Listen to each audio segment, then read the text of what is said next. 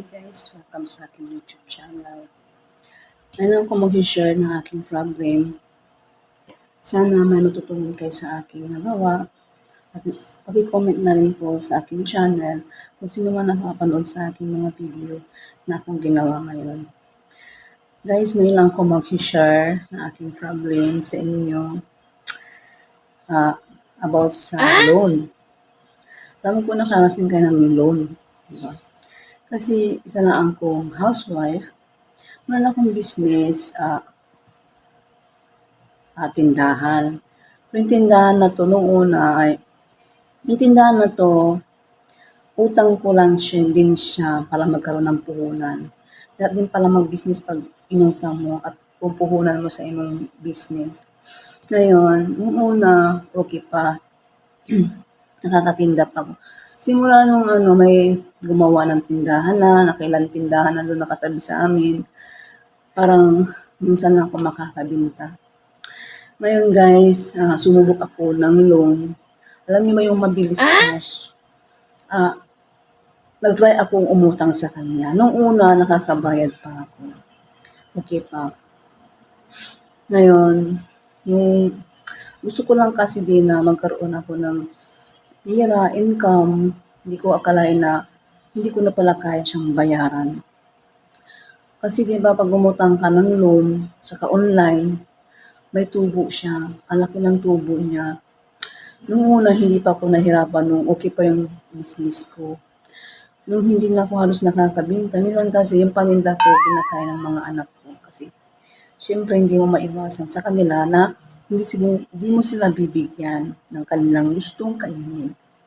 Ngayon guys, ang ginawa ko, oras nang wala akong, kasi ang sahod ng asawa ko, sakto lang pagkain namin araw-araw. Kasi, di ba mahal yung bilihin ngayon? Ang gusto ko kasi magkaroon ng laman yung aking tindahan at malagyan siya at hindi siya, magkaroon siya ng alaman para hindi siya mabangkrut. Ang ginawa ko, umutang ko sa mabilis cash. Una inutang ko doon. Nung tagal, naging 30k ako. Kumuha ko ng 30k. Ang katapat ng 30k ay maging 50k. Ang laking ang tubo nila eh. Yung 50k, nilagay ko sa aking tindahan lahat. Ngayon, nahirapan ako magbayad, kinsinas doon. Ang ginawa ko, kasi nga, sa isang linggo kasi hindi ako makakabinta sa tindahan ko kasi nga, minsan pamamalingki ko pag may maibinta ako. Ay ang ginawa ko, umutang ako sa ibang loan. Umutang ako unang utang ko sa isang loan ay 30k. Tapos unti-unti utang mga loan, 10k, ganun, iba-iba. Karon, panghulog siya, di ba, panghulog mo, di ba, maghuhulog ka na eh, wala kang binta sa imong tindahan. Ang ginawa ko, yung inutang ko doon sa isang loan, pinanghulog ko din doon sa online. Kasi nga, ang laki kasi ng ang hulog ko sa isang kinsinas ay parang 4,000 na din, parang gano'n kasi kunti na naman diferensya niya. Pero, siyempre maghulog ka rin sa kinuhaan mo, di ba? Mas, siyempre wala na akong pang-groceries sa tindahan ko kasi oras kasi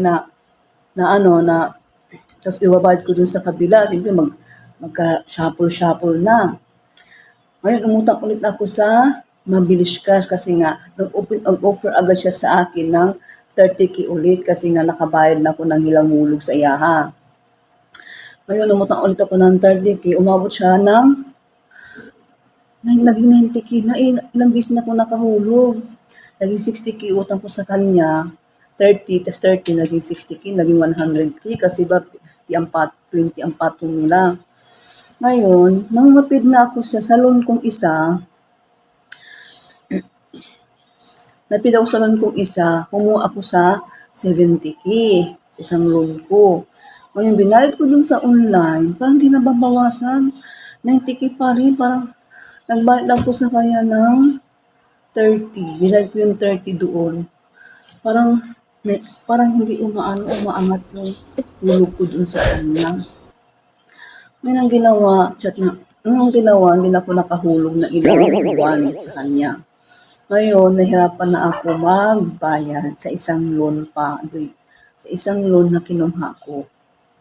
Sa kanilang dalawa, nahirapan ako maghulog kasi ang laki ng hulog ko at linggo-linggo. Isang loan ko, to 7. Sa mabilis cash, 4,000. Ngayon, hindi ko alam kung saan ako kukuha. Kasi yung tindahan ko, wala na akong pang grocery kasi wala na akong mautangan pang iba. Kasi ayaw ko nang mangutang. Ayaw ko nang magdagdag pa ng utang para mahirapan ako. Kasi yung sabi ng mister ko, sakto lang. Mas lalo nang mahal ang bigas at gas ngayon ng ating ginagamit sa bahay. Ang tumaas na kasi lahat ng bilihin. Ngayon, yung tindahan ko, nakakabinta lang siya ng minsan sa isang araw, 200. Minsan wala. Minsan maghapon, ano na mabinta ko, 100. Minsan sa sigarilyo yun. Hanggang wala akong pang-grocery sa tindahan ko. Kasi pag nakabinta kasi ako sa tindahan ko, pantapal ko yung pangbayad. Yan ang ginagawa ko. Minsan, hindi siya aabot sa pangbayad ko kasi 2,700, tapos 4,000, hindi aabot yun kasi nga araw-araw, kunti lang ang benta ko simula nung may kalaban ka. Meron kasi pag may kalaban ka na walang halos bumibili sa tindahan mo. Ngayon guys, nahirapan na ako talaga. Pati mister ko. Ilamin ko sa mister ko ang totoo kasi hindi din niya alam. Hindi niya alam yung ginawa ko. Alam ko mali ako kasi nga gusto ko kasi na magkaroon ng laman ang tindahan kung hindi ko iniisip na pag umutang ka pala about business, pangit, hindi pwede. Kailangan sarili mong income, sarili mong pera kung gusto mo magkaroon ng business. Huwag kang umutang pag tumayo ka ng business kasi ganun din di ba mag-business ka. Malit na business lang yung akin kasi pag umutang ka pala, tapos i-business mo, kasi ganun din, di ba bayad mo din siya. Yung tubo mo sa tindahan mo, wala din kasi may anak ka din. Pag may mga anak ang maliliit, wala. Kasi ang tubo mong maliliit, kinakain din nila. Parang ganun din. Minsan lang makakabinta ng alak kasi wala naman kasi masyadong nagano sa akin. Simula may kalaban ka na. Kasi siyempre, hindi ko naman pwede anin yung mga tao na, hoy, sa akin ka bumili. Hindi. Kung saan sila bumili, okay lang. Kung wala kang binta, halos talaga. Ngayon, nasira yung pamilya ko sa ginawa ko. Yung mister ko, nagalit sa akin. Pati mga anak ko napiktuhan din.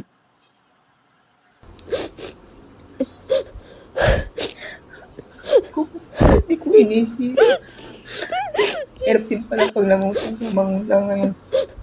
Nanapan niya ako kung saan ko daw nilagay yung pera.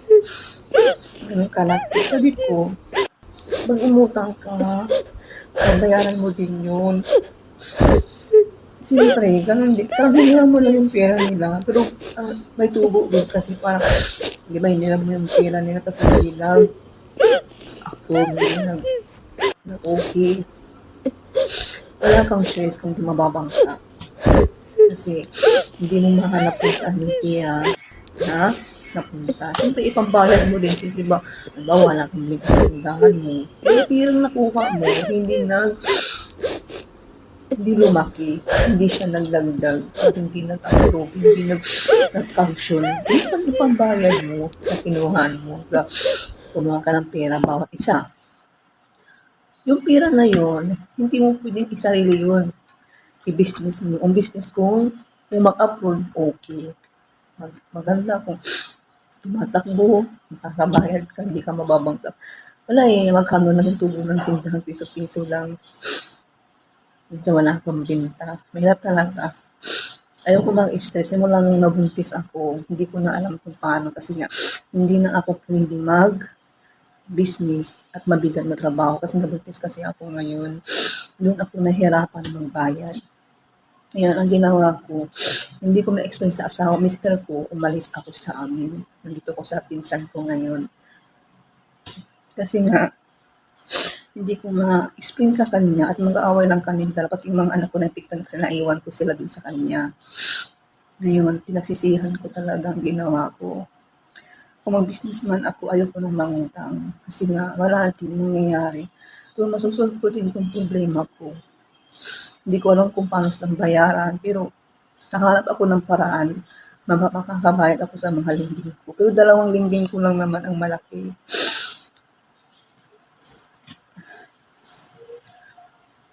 Ngayon lang ako nahirapan magbayad simula kasi pag buntis ka kasi hindi ka pwedeng magtrabaho. Kasi nung una kasi kaya ko, kasi anong business ang gagawin ko, nagpipishball ako, nagano ako. Ngayon wala, hininto ko siya. Tindahan lang hanggang napangkat yung tindahan ko kasi wala na akong ibang gagawin, wala akong ibang maisip na negosyo kasi nga, buntis kasi ako ngayon, 4 months.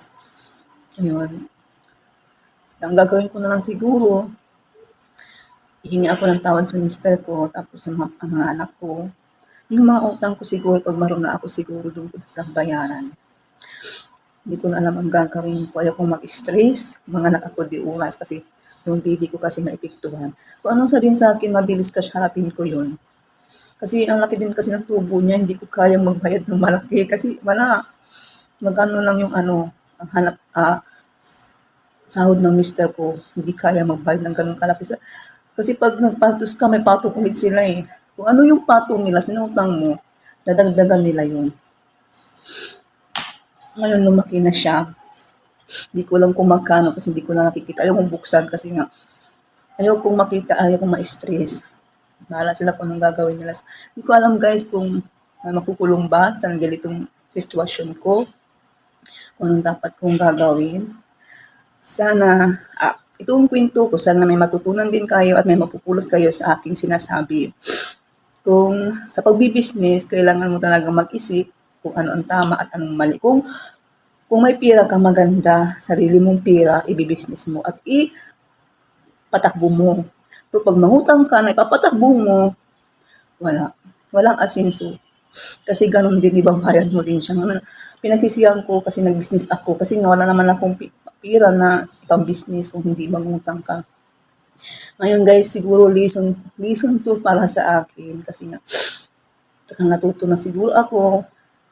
Siguro ulit kung mag-businessman ako, sarili kong pera, mag-ipon ako pang business. Siguro yun ang gagawin ko na siguro.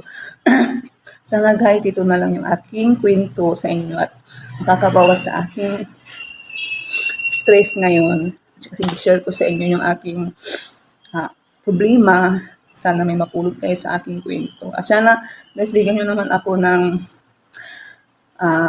advice kung anong gagawin ko sa aking problem today, sa aking pamilya. Sana maging okay at sana magiging si Lord na lang para sa akin. Sana mga anak ko ng maayos. Nalabas ko yung baby ko ng maayos.